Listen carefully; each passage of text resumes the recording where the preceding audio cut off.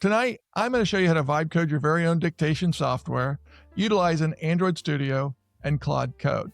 Let me show you first what it does. So I created this application. It's called TalkType. Basically what you do is I'm going to hold down the Option key and I'm going to start talking and it's going to start dictating for me. Hi, my name is Stan. I'm speaking into the mic and this is going to copy some stuff out to the clipboard that I can paste into Claude Code because I can talk faster than I can type. And there you go. If I want to append something to it, all I do is hit the Option key again. Now I'm going to show them how to append, and that's it. I hit the Insert button, it copies it out to the clipboard, and I'm all set to Command V and paste it into my Claude Code. So let me show you how to build this. So the first thing that you're going to do is go into Android Studio and choose New Flutter Project. Okay, we're going to choose Next, and we're going to give this a name. We called this TalkType. So you'll notice in here, I'm using the test directory, which you want production and test, basically to easily disseminate between the two. And I'm going to create this in only Mac OS. If you wanted to create in your Windows environment, I'm sure it's almost identical as far as the creation goes. So there we go. We're building the folder structure out.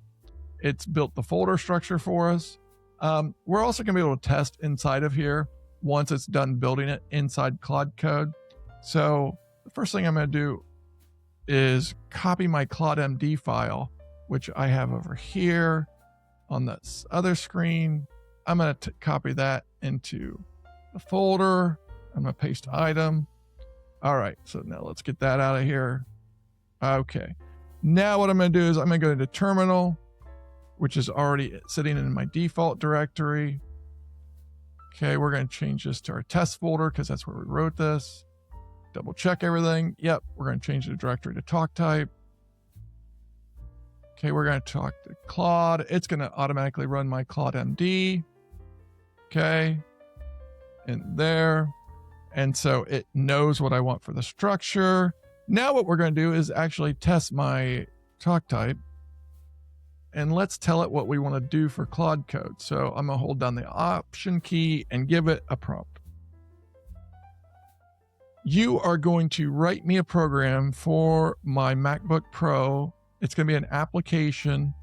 It's going to be written in Flutter, which is a plugin for Android Studio. I'm going to have you write everything. Write it to a local database. We're going to have you go out to the OpenAI and get that 3 GB model for the dictation. I want everything local, even that model. I don't want to have to go out to OpenAI for anything. So I won't be providing any keys or anything like that. Ask me any questions that you have. A couple of the features that I'd like this application to have is I want to be able to hold down the Option key and be able to speak and have you tell me that you're listening to me. And then when I let up on the Option key, I want to have you show me what was dictated. Then also, if I want to append to that, I want to be able to hit the Option key again and have you append to it. I also want you to create a dictionary for like misspelled words. So for example, if I say the word Mike and you spell the name Mike, M-I-K-E, and a lot of times I'm just actually speaking about my microphone, which would be M-I-C. I want that stored in a dictionary so that I can utilize that and change the dictionary as you misspell dictated words. Okay, so that's going to go ahead and transcribe that. We're going to do insert, which that's going to copy that out to the clipboard.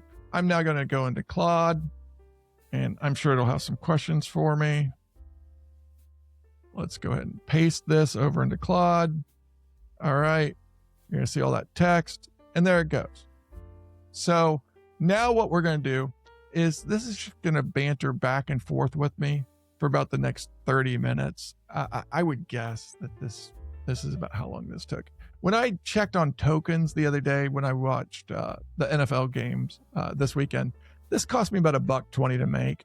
And for a lot of dictation software, you're talking $15 a month. And, you can't beat the price. It's actually fun to make. here it's talking about the Whisper model. So what this is OpenAI's Whisper model, right? And it's got different ones that you can choose from. The tiny, I've tried this. My last name's Jesenowski. It misspells Jesenowski pretty much every time that I say it. So my dictionary got so big. The best model I found was the large. I've got a big hard drive on this MacBook Pro, so I'm not really concerned with the 3 gigabytes. So I went ahead and just threw the large model on there. So, and then it's just going to go through and ask us other questions. When I come back, I'm going to show you what the finished product looks like, and we can talk about what went right, what went wrong, and we're going to build this thing, see how close we get it to looking like this one. And we'll be right back. Okay, this is very funny. So it's been a horrible experiment here. And so I finally told it after like an hour and 20 minutes to go ahead and look at my other production project and look at the code, because you did it correctly then, right? And get this, it changed my production code. So now my production code doesn't work. I think it's hilarious. I've backed everything up, so I'll be okay. But this just goes to show you how crazy it can get when you're vibe coding like this. Look at this reaction to it. I said, my production code shouldn't have changed. It says, you're right. I apologize. I accidentally modified files when I copied from production. Let me know not to touch your production folder. And then it says, let me restore it. And then I tell it again. I was like, again, my production project should not have changed. You're absolutely right. I should have not touched your production projects at all. And I apologize for that. This is why it is so important to put rules in place, right? I even put rules in place. I did versioning, I did backup. So, vibe coding's not for the faint of heart. This just goes to show you that, every time that you log in, you might think you're getting a genius programmer, but this guy that I've been talking to in my AI form is not the genius character that I was hoping for. So I apparently got the dumber AI guy tonight. He's on the shift. So anyhow, when we come back, we're going to have everything restored. Hopefully it doesn't take another hour and 20 minutes for this debugging process. So basically what's happening is when I hit the option key, it's not picking up any sound from the mic. So it's trying to fix that. So, and I told it, hey, go look at my production data in this folder because it works. And then it comes back and it's like, I need to restore everything because I accidentally deleted some stuff and it's not working, either one. So it's hilarious. All right, when I come back, hopefully we got something working. Okay, I'm back. It's taken about an hour and 40 minutes of debugging, and it's night and day from what I vibe coded the other day during the playoffs. This one is just a hot pile over here. It's a hot mess. And so it basically said, I can't do the option button, but I can give you this button here, and you can push it and do mic check, 1, 2, 1, 2. Okay, now look how slow this process is. It's actually using the smaller of the two models that we could choose. So there it goes. It's got the transcriptions. You can copy it. Not near as nice as this.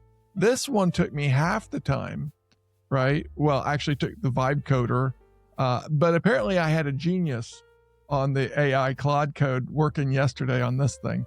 So let's try this. I hold the option key down. Mic check, 1, 2, 1, 2. So that's the biggest model. And look how quick that was. So night and day difference, this one, tonight's vibe code programmer, he's not very good. I'm probably going to have to fire him. He destroyed my production database, right? And by the way, this is always why you use version control, why you use backups, why you use test, right? All I simply told him was, hey, go look at the production database, look through its code, see if you can't solve your problem. Then he comes back and he's like, Oh, I need to rebuild both databases, both programs. I was like, what are you talking about? You weren't supposed to make any changes. Oh, I'm sorry about that. So it destroyed it, but I had a backup. I'm going to be able to restore it.